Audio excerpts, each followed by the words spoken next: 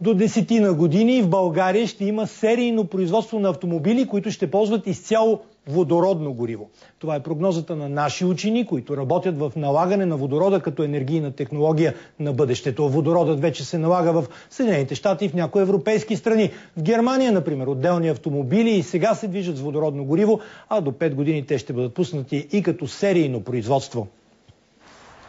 В последните години замърсяването на атмосферата и парниковият ефект се оказват все по-голям проблем.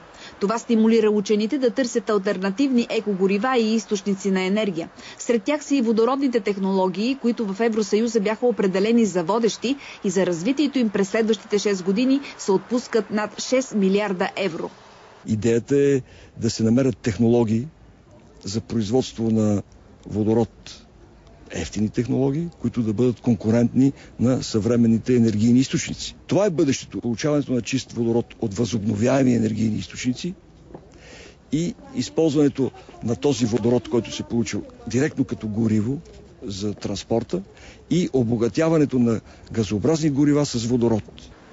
Днес в София се събраха представители на европейски енергийни организации. Учените са единодушни, че пари по европейските програми има достатъчно, но трябва да се работи. Една от първите стъпки е създаване на Балкански център водородни технологии, който ще бъде в София.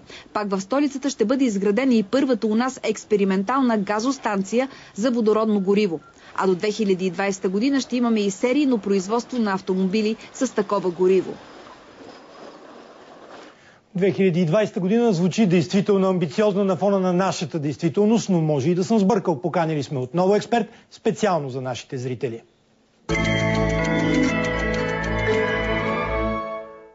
Професор Цветков, професор, доктор на техническите науки Цвети Цветков, изпълнителен директор на Българското водородно общество и на Центъра за водородни технологии към Химико-технологичният и металургичен университет. Да. Доста сериозна фирма, така звучи в първия момент. Разбираме, че ще стоим примерно водородна станция. Това изпълнимо ли е в обозримо бъдеще? Ще правим автомобилите. Ние не произвеждаме в момента дори в автомобилите на ОТО с този двигател водородни. Така е наистина. Ние малко сме изостанали наистина от европейските програми, които са съставени от Европейската водородна асоциация. Не случайно в седмицата на водорода в България, знаете, че 2011 година е годината на химията, обявено от ООН. Ние направихме това мероприятие с цел точно такава, да популяризираме националната програма, която докладвахме края на миналата година на премиера на страната. Тя се казва Водородни технологии, водородна икономика. В нея раздел има и приложението на водородни горивни смеси в транспортни средства. Казвате, популяризираме пред бизнеса? Пред бизнеса, да.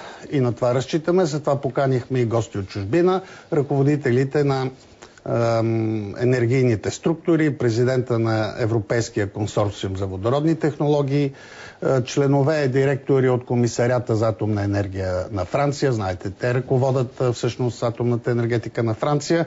Нашата атомна централа също е най-голямият производител на водород в България. Нашата атомна централа може да храни. Да, имаме ресурс да захраним една газостанция. Утре чуждата делегация ще приеме и кмета на София, госпожа Фандъкова. Ще помислиме къде да бъде тази газостанция. През месец май в есен на Световното изложение по водородни технологии и Конгреса по водородни технологии, ние имаме вече договорка с канадска компания да изгради първата газостанция в България. Само за момент, като казвате къде да поместите станцията, пожароопасно ли е?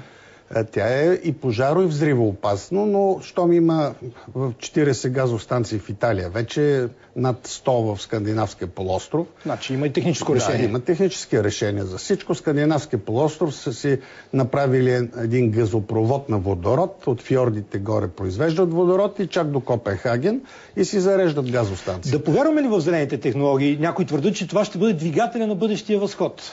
Естествено, Европейския съюз ги определи за енергийна технология на бъдещето и в 2008 година ги финансира реално с над 6 милиарда евро и от България зависи, от тези хора, които сега сме поканили на гости на Българското водородно общество, ще зависи финансирането общо на България и всичките ни национални направления, които са във всички сфери.